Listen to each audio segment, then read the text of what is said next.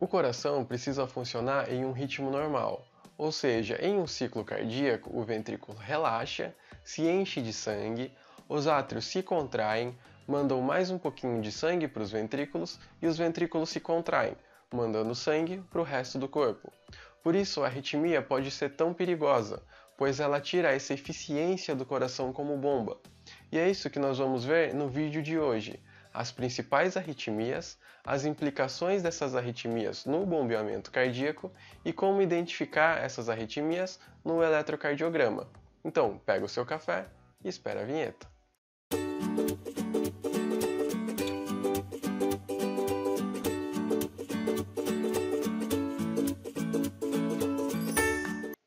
Os fatores que causam arritmia são: primeiro, uma ritmicidade anormal do marcapasso, ou seja, o impulso elétrico continua começando ali no nodo sinoatrial, nos átrios, porém agora com uma frequência alterada, que pode estar aumentada ou diminuída. O segundo fator que causa arritmia é uma mudança do local do marcapasso, ou seja, é um marcapasso ectópico.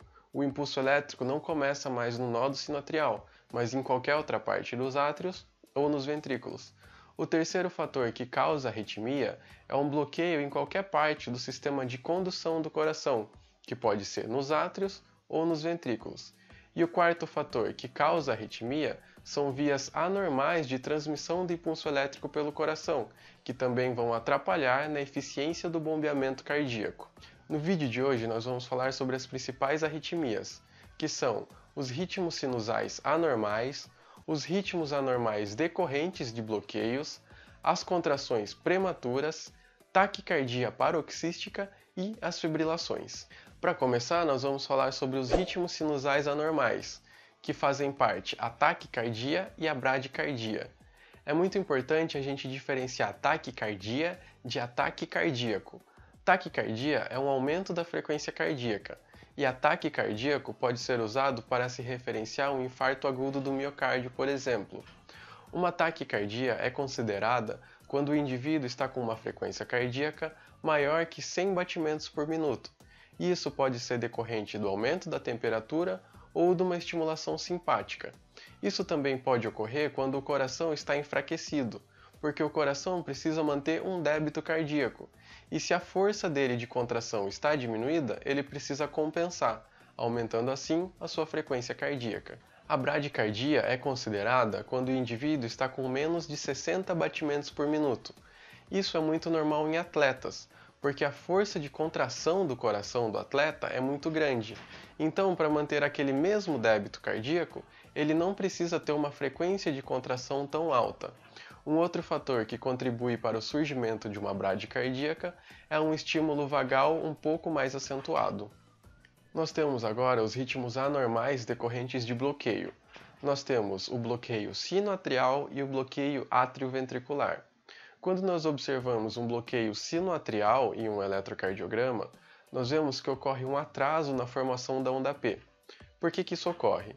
O impulso elétrico começa ali no nodo sinoatrial, porém, como tem um bloqueio, esse impulso não vai nem para os átrios, ou seja, uma contração dos átrios e, consequentemente, dos ventrículos não é deflagrada. Então, ocorre um atraso, então um novo estímulo no nodo sinoatrial, e aí sim ocorre a contração dos átrios e a contração dos ventrículos. Se nós lembrarmos da aula anterior, nós vemos que o impulso elétrico, para passar dos átrios para os ventrículos, ele precisa passar pelo feixe atrioventricular.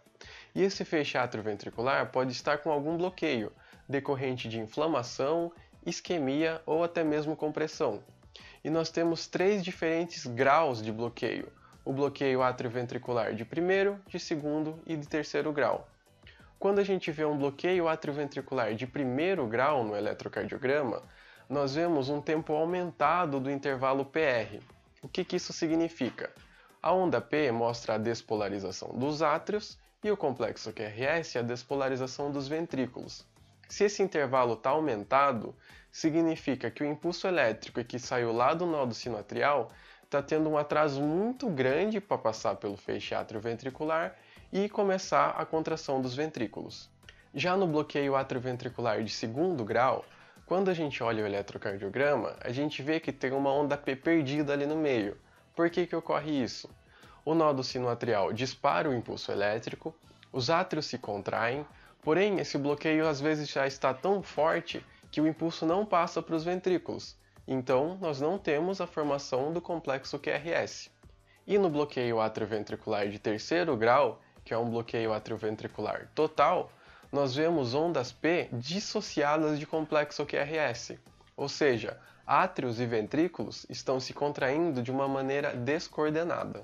Nós temos também as contrações prematuras, que também são chamadas de extrasístoles, que são contrações que ocorrem antes do esperado devido a impulsos anormais decorrentes de focos ectópicos do coração, ou seja, outras partes do coração, que pode ser o átrio, o ventrículo ou o nódo atrioventricular, estão agindo como marca-passo e disparando o potencial de ação pelo coração. Nós temos então as extrasístoles atriais, as extrasístoles do nódo atrioventricular e as extrasístoles ventriculares. Quando observamos uma extrasístole atrial no eletrocardiograma, nós vemos que a onda P ocorre de maneira precoce e o intervalo PR está diminuído. Isso significa que o impulso elétrico ainda está sendo originado no nódo sinoatrial. Essa extrasístole atrial é comum acontecer em pessoas saudáveis, às vezes que têm um tempo de sono diminuído e fazem um uso excessivo de café. Vixe. Nós temos também a extrasístole do nódo atrioventricular, ou seja, é o nódo atrioventricular que dispara o potencial de ação para a contração do coração. Então, quando a gente vê isso num eletrocardiograma, a gente vê um complexo QRS sem uma onda P, porque o sinal não veio lá do átrio, mas ele já começou ali no meio do ventrículo. Quando observamos uma extrasístole ventricular no eletrocardiograma, nós vemos um complexo QRS alargado, ou seja, o impulso elétrico está passando pelas fibras musculares do ventrículo e não pelas fibras de Purkinje. Nós vemos uma voltagem elevada, porque a despolarização do ventrículo não está uniforme, então elas acabam atingindo o mesmo vetor, e a onda T que vem em seguida a essa extrasístole ventricular, ela está invertida. Essa extrasístole ventricular também é benigna e pode acontecer mais frequentemente em pessoas tabagistas, que também têm um sono prejudicado, que façam uso excessivo de café e também pessoas que estejam em um estado de irritabilidade emocional.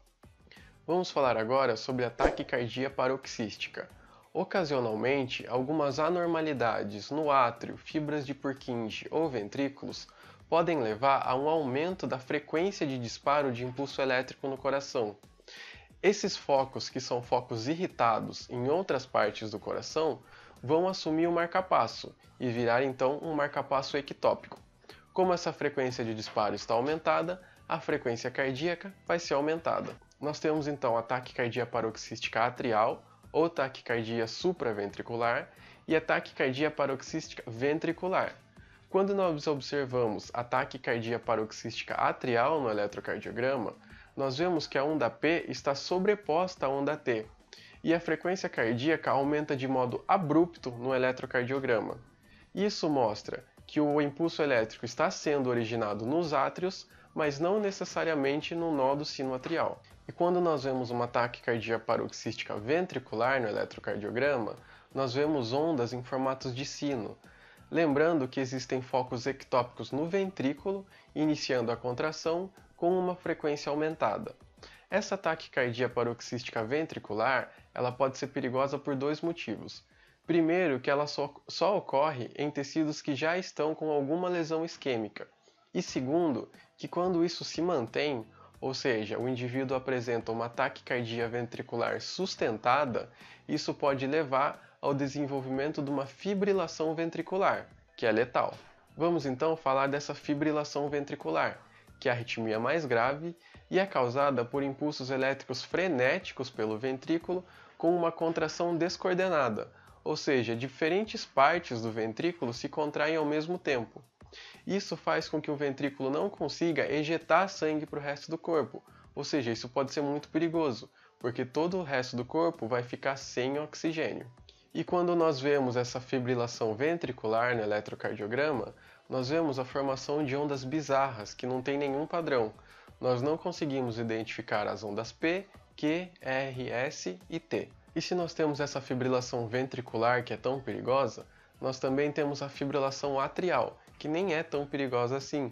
Se a gente for lembrar, a função dos átrios é empurrar um restinho de sangue para dentro dos ventrículos. Mas se a gente perder essa função dos átrios porque eles vão estar fibrilando, nós ainda temos 80% daquele volume de sangue para ser ejetado pelo corpo. Então, em repouso, uma fibrilação atrial não apresenta sinais de baixo débito. E quando nós olhamos uma fibrilação atrial no eletrocardiograma, nós podemos observar que a onda P está quase neutra, mas os complexos QRS estão normais. Por fim, nós temos a parada cardíaca, que é uma anormalidade grave que faz com que todos os impulsos elétricos dentro do coração sejam paralisados. Nós não temos mais nenhuma corrente elétrica passando pelo coração. E a fisiopatologia da parada cardíaca e o que fazer nesses casos será tema do nosso próximo vídeo.